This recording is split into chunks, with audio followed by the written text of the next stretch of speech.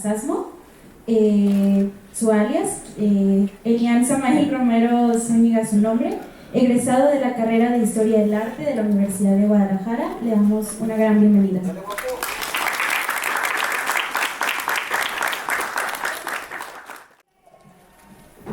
Hola, buenas tardes a todos. Primero que nada, pues quiero agradecer por este espacio en este magnífico encuentro nacional de historiadoras y historiadores del arte y felicitar a todo el comité organizador porque les está quedando espectacular. Y bueno, es para mí un honor estar hoy aquí en este recinto tan bonito y además compartiendo espacio con dos colegas que aprecio mucho de la carrera. Y bueno, voy a dar inicio, voy a tratar de leer rápido, sin dejar de hacerlo entendible, porque el contenido peca de ser un poco amplio, pero bueno.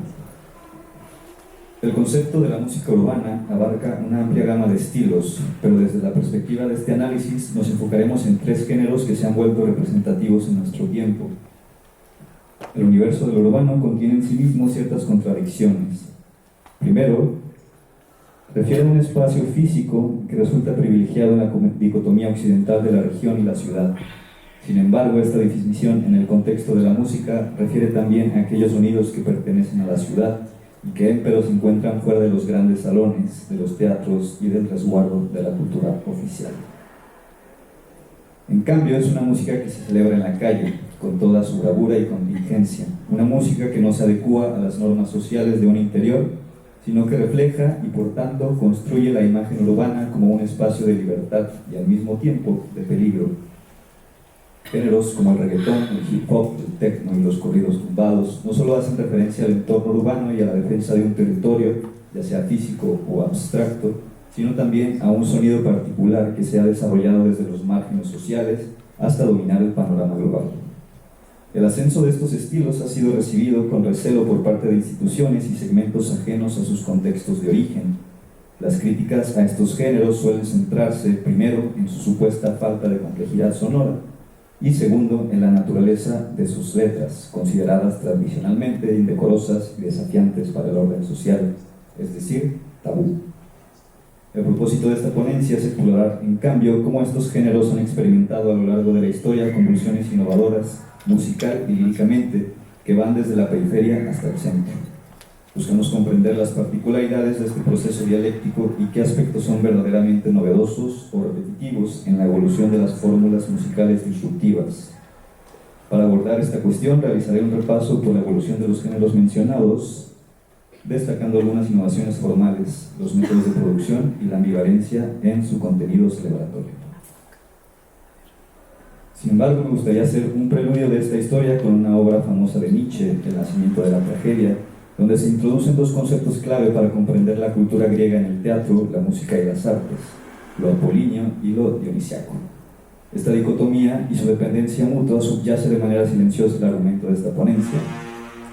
Apolo representa la luz y la claridad, mientras Dioniso es el dios del vino y la libertad sexual, asociado con las bacanales y celebrado en fiestas desenfrenadas en el bosque. Nietzsche argumenta que la decadencia del teatro griego y la cultura griega se debió a la pérdida del aspecto dionisiaco en las obras, manifestada en la disminución del coro apasionado y su reemplazo por una moralización de las historias y un énfasis en la narrativa lírica. Según Nietzsche, el coro en la música representaba el contacto directo con las pasiones humanas a través de su poder dionisiaco, llevado a la catarsis y la purificación de las pasiones reprimidas. La ausencia de este espíritu condujo al desorden social en lugar del orden apolíneo, marcando el declive del auténtico teatro griego, según Nietzsche. El coro ejercía una influencia significativa sobre las emociones del público griego y, combinado con la narrativa de los diálogos, dotaba las historias de una legitimidad equiparable a la realidad, a pesar de que estas historias no se relacionaban directamente con la vida cotidiana de los griegos. Así, los dramas catárticos de la tragedia griega permitían al público experimentar emociones intensas sin vivir realmente situaciones trágicas en sus propias vidas. Este escenario ambivalente ilustra cómo la cultura griega celebraba historias oscuras como la de Edipo Rey, de Sófocles, o la del Agamenón de Esquilo, a través de la congregación en el teatro. Ahora sí, a los tres géneros que nos conciernen, voy a empezar por el reggaetón, que es un género que pasó de ser rechazado por la mayoría del público, incluso dentro del entorno urbano, a dominar el panorama global de la música e influir en la vida nocturna de países tan distantes como Estonia, Tiene una historia que se puede entender como un continuo desde el reggae. Este género se considera la raíz del reggaetón y pasa por el dancehall hasta la formalización del patrón rítmico conocido como dembow. Un continuo que no solo trata de una sucesión cronológica de géneros, sino de una constante en sus formas de consumo, experimentación, rituales y comportamientos sociales. Estas innovaciones se basan en la experimentación con el ritmo y la tímbrica, es decir, la cualidad o la textura del sonido, en lugar de un dominio armónico o melódico como se le ha glorificado en la cultura occidental. Los orígenes del reggae, el dub reggae y el dancehall se encuentran en Jamaica y son el resultado de cambios culturales, políticos y sociales profundos en un país recién independizado de España en 1962. Estos géneros surgieron de la voluntad de las comunidades africanas en Jamaica para regresar a sus raíces territoriales y espirituales, generando una resistencia que se expresaba a través de la música. Al igual que el coro griego, como decía Nietzsche, la verdad emocional de esta música se sublimaba en rituales de unión comunitaria y disfrute sensorial. La música jamaiquina está diseñada para ser escuchada y sentida, generando un espacio único para el baile y la inmersión en las sensaciones corporales. Esta evolución coincide con la colonización inglesa en 1965. El formato de distribución del reggae en esta época se encontraba en los famosos sound system, sistemas de sonidos caracterizados por el apilamiento de bocinas de diferentes tamaños, creando un muro de sonido potente y con una estética distintiva. Los dueños de estos sistemas itinerantes organizaban fiestas exitosas y generaban muchas ganancias, marcando una identidad social donde los jamaiquinos se reunían para experimentar la música de una forma completamente nueva. En 1968, la banda Toots and the Maytals lanzó el sencillo Do the Reggae, que se consideraba la primera canción popular en utilizar abiertamente el término reggae. Su impacto llevó a la asociación generalizada de este término con la nueva música. Uno de los desarrollos más disruptivos que surgieron de esta forma fue el roots reggae, donde roots implica una búsqueda y redescubrimiento en las raíces africanas como base política y espiritual para la liberación social de las comunidades diaspóricas. La consolidación del reggae como género musical y estilo de vida se relaciona con su conexión al movimiento espiritual Rastafari, de raíces afrocaribeñas. Abrosita, Ras, prefijo utilizado para nombrar a los príncipes del imperio etíope, y Tafari, nombre del emperador Haile Selassie, hasta antes de su coronación, quien además es considerado por los Rastafari como el redentor de la africanía en diáspora, o el prometido y esperado dios bíblico. Cierro cita. Haile Selassie se convirtió en una figura espiritual bajo la cual el reggae se volvió un vehículo para difundir la ideología Rastafari a través del roots, que equiparaba su profundidad religiosa con su rebeldía social. El reggae dio un gran paso fuera de Jamaica y hacia el resto de América, particularmente en Panamá, donde se habían asentado comunidades jamaiquinas desde principios del siglo XX, debido a la construcción del Canal de Panamá en 1904. Esto llevó a un intercambio musical constante durante todo el siglo entre ambos países, expandiéndose poco a poco hacia Puerto Rico y Estados Unidos, donde experimentaron nuevas transformaciones estilísticas. Desde la década de 1930 se produjeron migraciones masivas de puertorriqueños hacia Estados Unidos, en particular a Nueva York.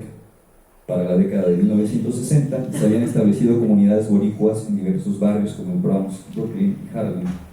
El flujo migratorio entró en una etapa llamada Revolving Door Migration, en la cual la población boricua viajaba constantemente entre Puerto Rico y Estados Unidos, lo que tuvo un efecto notable en la difusión cultural.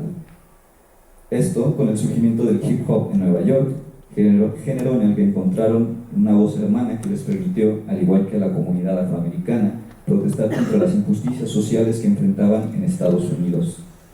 Este es el punto en el que ambas historias se cruzan de manera icónica. En 1987, la agrupación de hip hop Public Enemy ofreció un concierto en Puerto Rico, donde dos figuras, Félix Restrepo, conocido como DJ Negro, y Vico C. Luis Armando Lozada, se presentaron como teloneros, marcando la primera incursión de la lengua española en este género y uno de los primeros hitos que nos acercan al nacimiento del reggaetón. Estos acontecimientos son paralelos a la introducción del español en el reggae, particularmente en Panamá. El reggaetón, mezclando elementos de pandillerismo, territorialismo y competitividad de figuras masculinas destacadas, combinados con un estilo de vida libertino y festivo, gestó una escena que abordó tanto aspectos sociales como aspectos formales y musicales. Se adoptaron habilidades de rimar del hip hop y ritmos bailables y sincopados del reggae y el dancehall. El reggaetón encontró su proliferación a través de métodos de producción y distribución independientes, como grabaciones caseras y su venta en fiestas. Estas prácticas dieron forma a lo que hoy conocemos como el movimiento underground, que no se refiere a un estilo musical en particular, más que a un modo de producción libre. La libertad del underground se manifiesta tanto en la dimensión formal de la música, permitiendo sonidos experimentales y divergentes de la música pop, como en la dimensión social, al abordar temas tabú como la violencia, la emancipación sexual, la experimentación con el cuerpo y la conciencia. Además, se asocia con las operaciones realizadas en fiestas masivas e ilegales donde se baila esta música, y donde el placer se encuentra en constante tensión con la ilegalidad y la represión, una tensión que permanece sublimada en su estética por el resto de su evolución.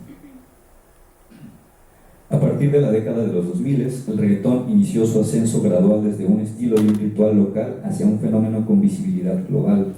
Este hecho estuvo directamente relacionado con la televisión musical estadounidense y su estilo de producción que enaltecía la figura masculina y sexualizaba la figura femenina. El movimiento under, y en particular el productor puertorriqueño Héctor el Flaco Figueroa, en los 2000 comenzó a enfocar sus esfuerzos en la creación de contenido audiovisual para el reggaetón, siguiendo el modelo estadounidense, donde se hacía hincapié en la sensualidad y la visibilización de la figura femenina.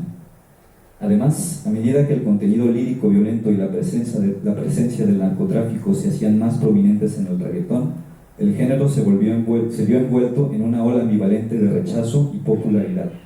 Esto lo llevó a trascender al ámbito legal y llamar la atención de países de todo el mundo.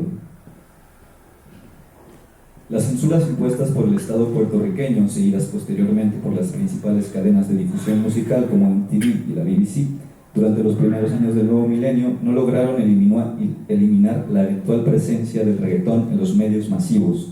En cambio, los productores del género respondieron mediante la suavización de los contenidos para poder llegar a un público más amplio. Un ejemplo de esta transformación y reorientación es el trabajo del artista Tego Calderón, quien en 2004, manteniendo las temáticas de emancipación y libertad individual a través del goce, comenzó a abordar cuestiones de emancipación también social, al mismo tiempo que recuperaba elementos musicales afrocaribeños que habían sido esenciales en los inicios del género. Ahora voy a hablar del hip hop. Las innovaciones en el hip hop fueron tan significativas como las que se produjeron en el reggae. Este género surgió en los barrios del Bronx y Harlem en la década de 1970 y estuvo vinculado al movimiento de las Black Arts. Buscaba imaginar y expresar una identidad para la comunidad africana en América que en el contexto neoyorquino enfrentaba importantes desigualdades sociales bajo el escenario de una ciudad ultracosmopolita.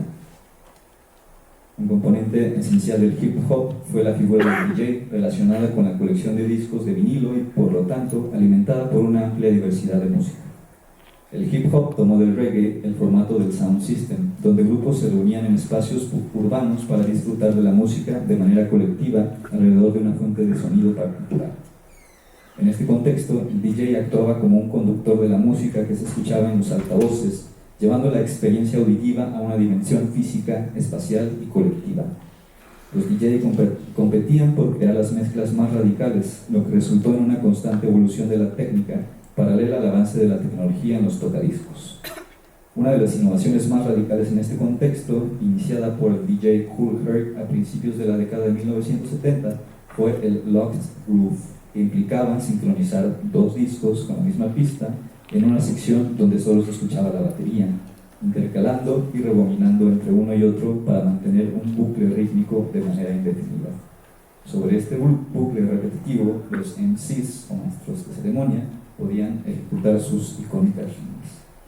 Citando a Morgan y a Bennett en un artículo que aparece en la revista Race, Inequality and Culture, a Rosita, dado que la mayoría de los artistas de hip hop son autodidactas o son enseñados por sus pares en la comunidad, el hip hop ha empoderado a jóvenes de todos los niveles socioeconómicos en todo el mundo para convertirse en artistas por derecho propio, es decir, Ha apoyado artistas cuyo valor no se valida por el éxito comercial o la crítica cultural elitista, sino por el respeto de sus pares en las comunidades locales, así como por su propio sentido de logro artístico e integridad. Cierro cita. Debido a esta autonomía, el hip hop se mantuvo fuera de los medios masivos hasta finales de la década de 1970.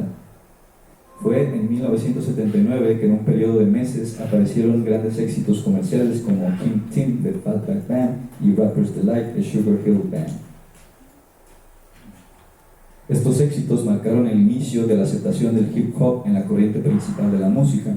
El lenguaje callejero y las narrativas, cuyo hito se caracterizó en 1993 con el grupo Wu-Tang Clan, encontraron una gran aceptación en todo Estados Unidos, especialmente en los barrios y comunidades marginadas y desfavorecidas en comparación con la población blanca. Para estas comunidades, el lirismo del hip hop representaba un potencial emancipador y contracultural. Sin embargo, su éxito también lo convirtió en una industria altamente lucrativa, dando lugar a la creación de cada vez más sellos discográficos que compitieron entre sí por el poder y el territorio. Esto se manifestó en la rivalidad entre el hip hop de la costa oeste, encabezado por Tupac Shakur y respaldado por el sello Death Row, y el hip hop de la costa este, caracterizado por Notorious B.I.G. del sello Bad Boy. La rivalidad alcanzó su punto máximo con el asesinato sin resolver de Tupac en 1996 y el de Notorious B.I.G. un año después. Ahora voy a hablar de los corridos. El corrido mexicano es una forma musical que data de mitades del siglo XIX y que, según el musicólogo del siglo XX, Vicente Mendoza, deriva del romance español en conjunción con ciertas formas musicales de la preconquista.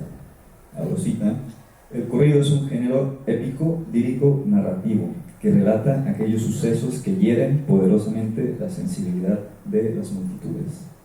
Se lo cita, pero más adelante también dice Mendoza: por lo que tiene de épico, deriva del romance castellano y de la jácara, y mantiene normalmente la forma general, conservando su carácter narrativo de hazañas, guerras y combates. De la jácara, a su vez, ha heredado el énfasis exagerado del machismo, la jactancia, el engreimiento y la soflama, propios de la Germanía y en labios de jaques y valentones.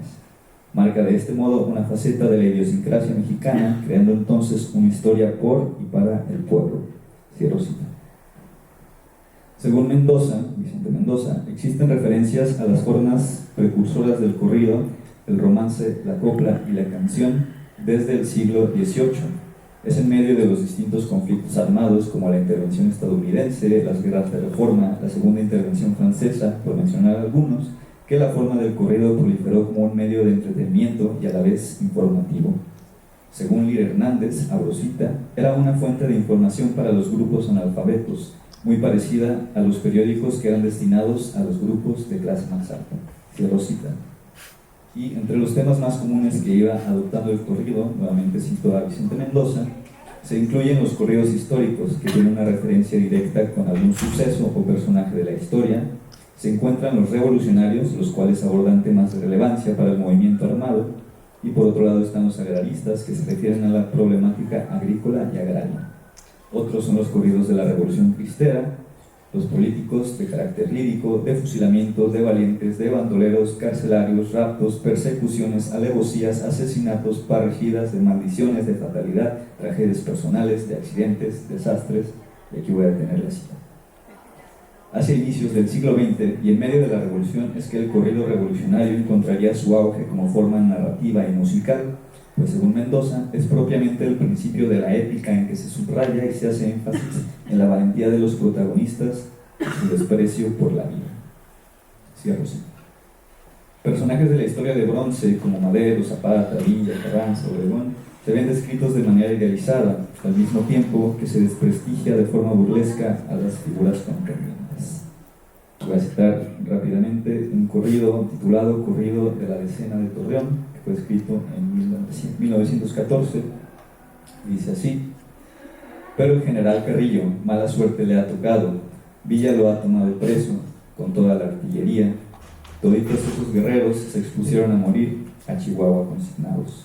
Se oyen ametralladoras y fuerte fusilería, Ángeles estaba en Gómez, después de la larga decena, entraron el 2 de abril. Cierro cita. La exaltación de la figura antiheroica del caudillo y la referencia al territorio son los dos elementos que constituirían a la forma del corrido de manera permanente. Con el avance del siglo y el paso de la revolución, el corrido mantuvo su filiación con luchas sociales, haciéndose presente en la guerra cristera, la expropiación petrolera, la caravana de la dignidad, el movimiento estudiantil y ferrocarrilero de 1958 hasta el movimiento estudiantil del 68. A partir de esos años, como resultado de la experimentación narcótica que se llevó a cabo en los años 60 en Estados Unidos y prácticamente en toda América, México se convirtió en un lugar de paso y permanencia para el flujo de narcóticos que se dirigía de sur a norte y viceversa, y eventualmente se convertiría también en productor. Esto trazaría un nuevo camino para la actividad ilegal, liderada por figuras masculinas análogas a los caudillos de la revolución, que poco a poco empezaron a recibir los mismos elogios. El disco que marca un hito definitivo y la popularización del corrido en relación con la actividad del narcotráfico es el de Contrabando y Traición de los Tigres del Norte, lanzado en 1973. Ahora voy a citar brevemente un corrido de los Tigres del Norte con este mismo título, Contrabando y Traición, que dice: a Los Ángeles llegaron, a Hollywood se pasaron, en un callejón oscuro las 4 llantas cambiaron, ahí entregaron la hierba y ahí también les pagaron. Emilio dice a Camelia: hoy te das por despedida con la parte que te toca, tú puedes volver a hacer tu vida, yo me voy para San Francisco con la dueña de mi vida. Cierro cita. Aún para este punto, la forma en que se describe el narcotráfico dentro del corrido resuena más con el estilo lírico del corrido revolucionario que con su posterior discurso, que se tornaría más explícito. Según Juan Carlos Ramírez Pimienta, en su libro Cantar a los narcos, la popularización y visibilización de figuras como Rafael Caro Quintero en los medios masivos y por lo tanto en su mitificación, se traduciría en el salto estilístico del corrido sobre el narcotráfico, hacia el propio narcocorrido. En sus palabras, el narcocorrido ya no versaba sobre valientes enfrentamientos a balazos entre contrabandistas y autoridades, sino sobre celebraciones en las que abundan el consumo de drogas, la ostentación y en general los excesos. Cierro cita. Conforme avanzó la primera década del milenio, la crisis de violencia en el país se intensificaría a la vez que los medios digitales empezarían a dominar la comunicación global. Esto propició la explicitación del contenido en el narcocorrido, resultando en el surgimiento de estilos derivados como el movimiento alterado y el corrido progresivo, pues era nuevamente la exaltación del macho, su disposición para la violencia y su derroche económico derivado de las ganancias del narcotráfico, lo que configuraría ahora al luchón, una especie de caudillo contemporáneo rebelde que se encuentra al margen del status quo, pero todavía bajo el imaginario de la música regional mexicana. Luego, durante su corta carrera, el exitoso cantante regional Ariel Camacho se convirtió en un mito popular entre la juventud tras fallecer en un accidente automovilístico en 2015. Con tan solo 22 años, Camacho representó la posibilidad para jóvenes músicos de incursionar en el género con la promesa de ser ampliamente aceptados. La presencia de este segmento joven tuvo como efecto en la forma musical y en la lírica el empleo de recursos de otros géneros como el hip hop y el trap. El género finalmente se definió bajo el abanico de los corridos tumbados, mismo título que lleva el álbum del cantante sonorense Natanael Cano, lanzado en 2019 por el sello Rancho Humilde. Este carácter tumbado hace referencia a la estética y estilo de vida urbano del cholo, envuelto en las mismas dinámicas de territorialidad, pandillerismo y libertinaje. Ahora, estos géneros han experimentado un proceso de evolución y transformación desde sus orígenes marginales hasta su aceptación en el panorama musical dominante. Han atravesado periodos de intensa divergencia y contradicción social, pero finalmente se han reintroducido en la corriente principal sin abandonar por completo sus temas controvertidos. A medida que han ganado aceptación y se han fusionado con otros géneros y estilos musicales, han demostrado su versatilidad y capacidad para adaptarse, volviéndose vitales para la cultura musical contemporánea y contribuyendo a la diversidad y la riqueza del panorama musical global. Bueno, para ir concluyendo esta presentación, lo haré a través de una propuesta más teórica y filosófica, trayendo a colación el concepto de autonomía propuesto por Theodor Adorno y posteriormente extendido y pormenorizado de forma mucho más legible por Eber Marcuse en un ensayo titulado La dimensión estética. Ambos, conocidos por formar parte de la Escuela de Frankfurt, argumentan que el arte es un fenómeno social y al mismo tiempo autónomo. En otras palabras, el arte no puede separarse completamente de su contexto social y político, pero también posee una dimensión intrínseca, estética, que lo distingue de otros aspectos de la cultura. Apoyándose en Adorno, Marcuse argumenta que el arte es más revolucionario cuanto más se aleja de una expresión política consciente hacia su propio mundo, porque es a través de este alejamiento que niega el mundo social, lo critica y al mismo tiempo le muestra la posibilidad de otras formas de ser. Citando a Marcuse, esta disociación no produce una conciencia falsa o una mera ilusión, sino más bien una contraconciencia, una negación de la mente realista y conformista.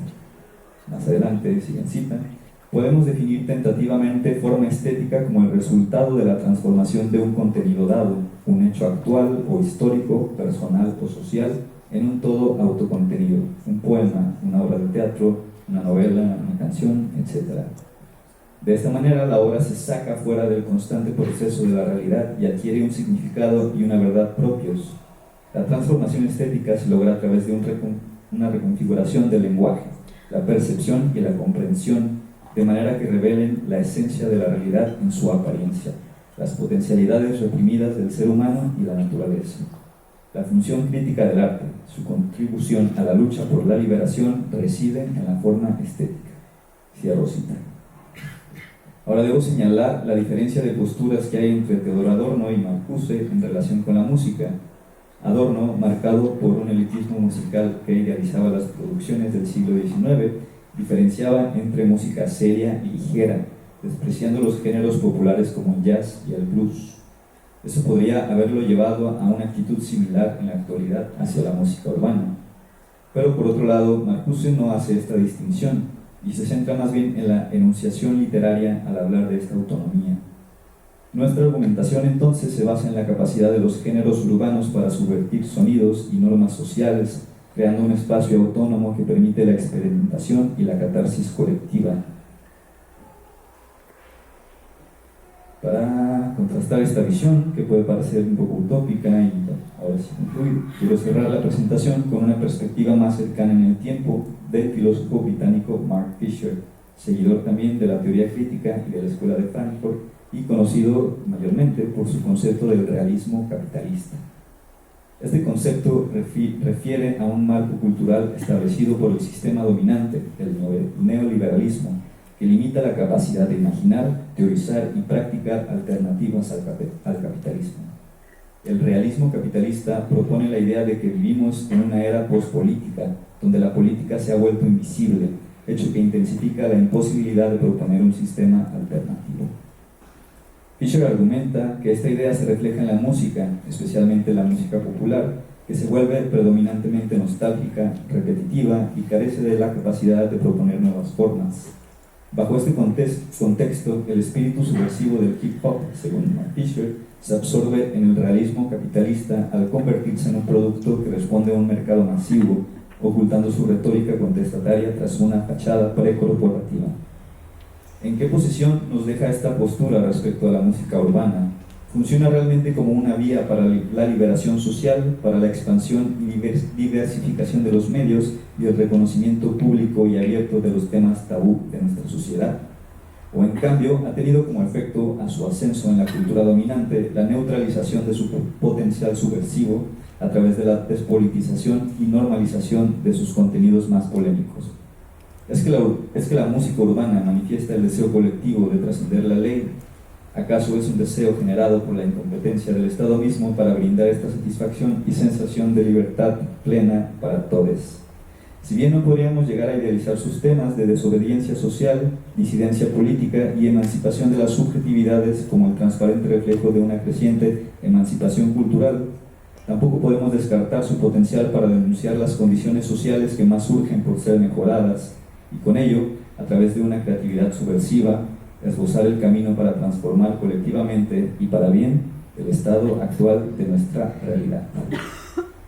Muchas gracias.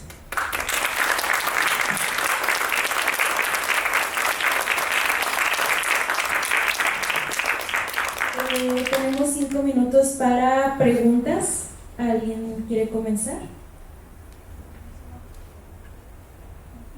mí en lo personal se me hizo muy interesante porque también creo que tiene mucho que ver como las diferencias culturales entre una generación y otra. Pues me acuerdo que estando en secundaria era como, obviamente en la vida real, digámoslo así, a nadie nos gusta el reggaetón, eso es de personas de bajo nivel. Ibas a cualquier 15 años, incluso al de más clase alta, y ahí andaban todos dándolo. Entonces creo que tiene mucho que ver eso, ¿no? También. ¿Alguien quiere empezar con las preguntas?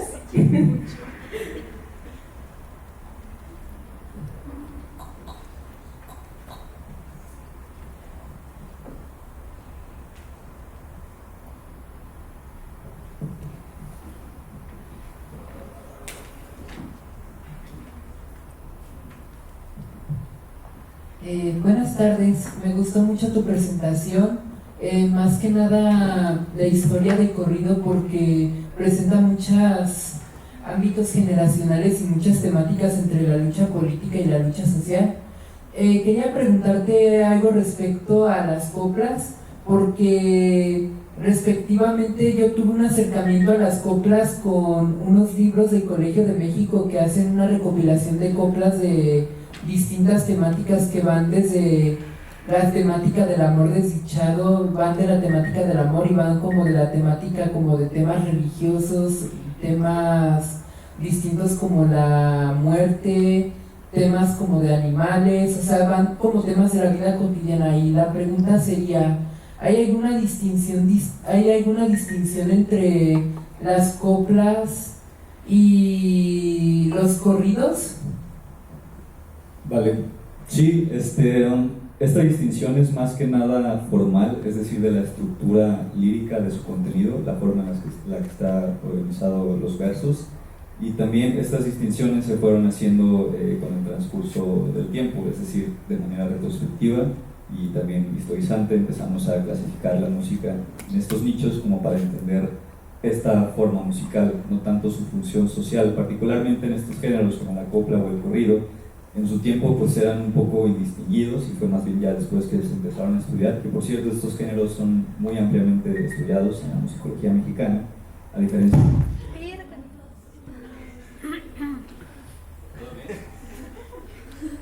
Era para que prestaran atención. Las coplas y los corridos. Ajá, y la separación. Básicamente esta diferencia para incluir es formal, es de la estructura de los versos. Y digo, no se distinguía tanto esta forma musical en su momento porque esta tradición no estaba transmitida a través de la academia, sino que era a través de la tradición oral y la herencia de práctica musical. Entonces sí, yo diría. ¿Alguien más tiene ¿Alguien más? Ah, ya volvió la luz.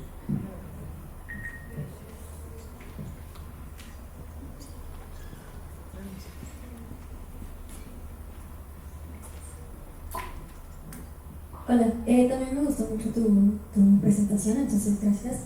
Y bueno, yo tengo una duda que me ha surgido desde este tiempo y quizás es la persona indicada para preguntársela, porque yo soy de Sonora y bueno, allá obviamente pues es una, más que nada, pues creo como la manera en la que percibimos y estamos estamos cerca de este tipo de música pues es distinta, pero bueno, para mí es como que, ok, ahí está, siempre ahí estaba. Pero cuando me vine para acá, empecé a ver a Valentina Elizalde en todas partes. Y yo dije, ¿por qué? Entonces me lo sigo preguntando, o sea, no sé si realmente sea válido la pregunta, pero creo que sí tiene un aspecto como cuestionable en cuanto a tal vez una investigación, que no sé qué me puedas decir tú en la relación con la música, la figura de Valentina Elizalde, y esta como centralización de este tipo de imagen. No sé si me explico. Sí, creo que sí. Yo creo que ahí en ese caso tiene que ver particularmente con el carisma que llegó a tener Valentina Elizalde en relación con la magnitud a la que alcanzó su música, que es equiparable a la que tienen ahorita, digamos, los corridos actuales, ¿no? Entonces, obviamente, este carisma entra en contacto con el heroísmo de la figura que está al frente de un acto musical, ¿no? Que es análogo, de cierta manera, narrativamente, a quien vive realmente estos conflictos o estas guerras. Ahora, bueno, Valentín no necesariamente tocaba tanto el tema de la violencia, aunque sí lo hacía, pero también alternaba con otros temas románticos, que también es lo mismo que sucedía con el corrido desde antes, ¿no?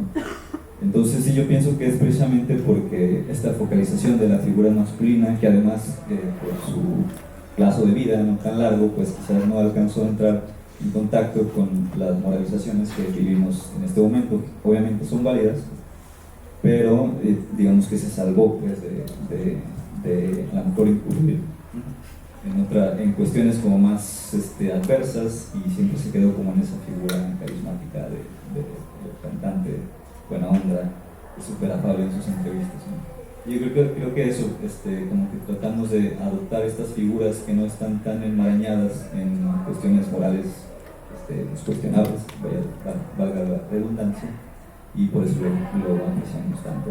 Y aquí en Guadalajara, ese fenómeno de los pay stops de Valentín Elizalde es algo particular, que viene de un artista cuyo nombre se me escapa, pero es obra de un artista. ¿Cómo? Golden Booster. Ah, bueno, el gallo de oro.